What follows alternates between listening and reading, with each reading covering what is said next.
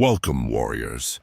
Today's opponent does not charge at you with swords drawn. It does not roar. It does not resist. It simply waits. The fog arrives without warning, without sound. Suddenly, everything you do feels meaningless. Your progress becomes invisible. Your victories feel hollow. This is where most turn back. Not because they're weak, but because they do not recognize this silent trial. The fog is not failure. It is friction. It's the weight of change. You think you're stuck, but in reality, you are simply walking through the part of your journey that can't be seen. The ego hates this part. It feeds on recognition. It craves validation. And when none arrives, it whispers, "Stop." But you, warrior, must not listen, because the fog is not here to stop you. It is here to test if you can keep walking without applause. Every day looks the same. You repeat, you return, you continue, and still nothing changes, at least on the surface. This is the battlefield of boredom, not a lack of effort, but a lack of novelty. Your movements feel robotic, your path endless. You begin to question your purpose. But remember, boredom is the outer crust of breakthrough. Ancient warriors knew this.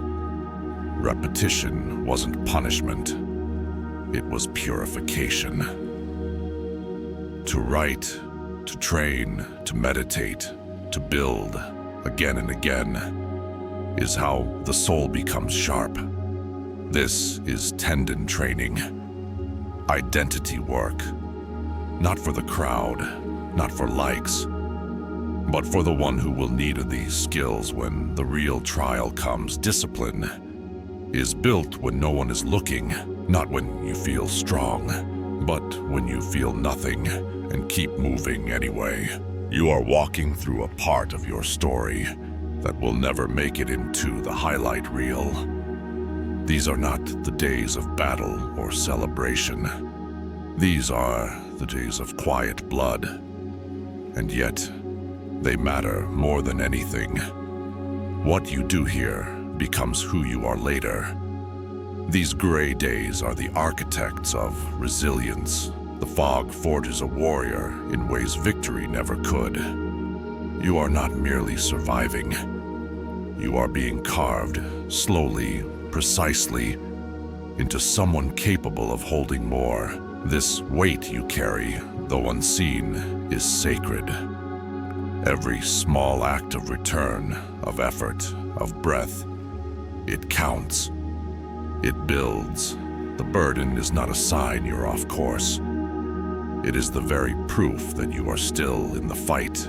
Warrior, return. Not because the task is urgent, not because anyone asked, but because this is what you do.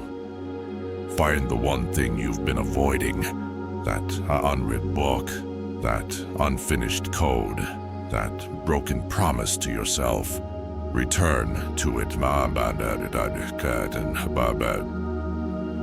Not to finish it, not even to measure it, but simply to touch it again, to remind it and yourself that you are still here. This is the true march. The quiet return to the small sacred things that no one sees. The practice when it's no longer exciting. The ritual when it has lost its shine. This is where warriors are made. Leave the results behind. Let the path unfold in shadow. Walk anyway.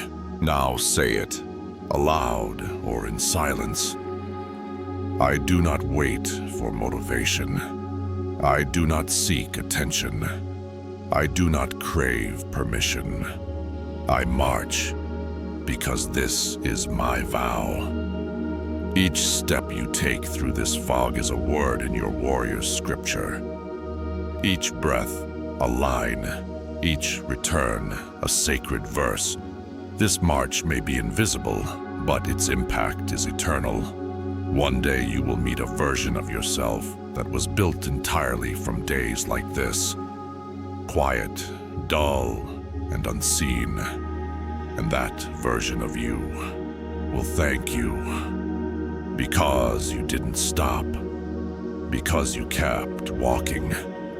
Tomorrow the fog may still be here, but so will you. Still walking, still marching, still becoming.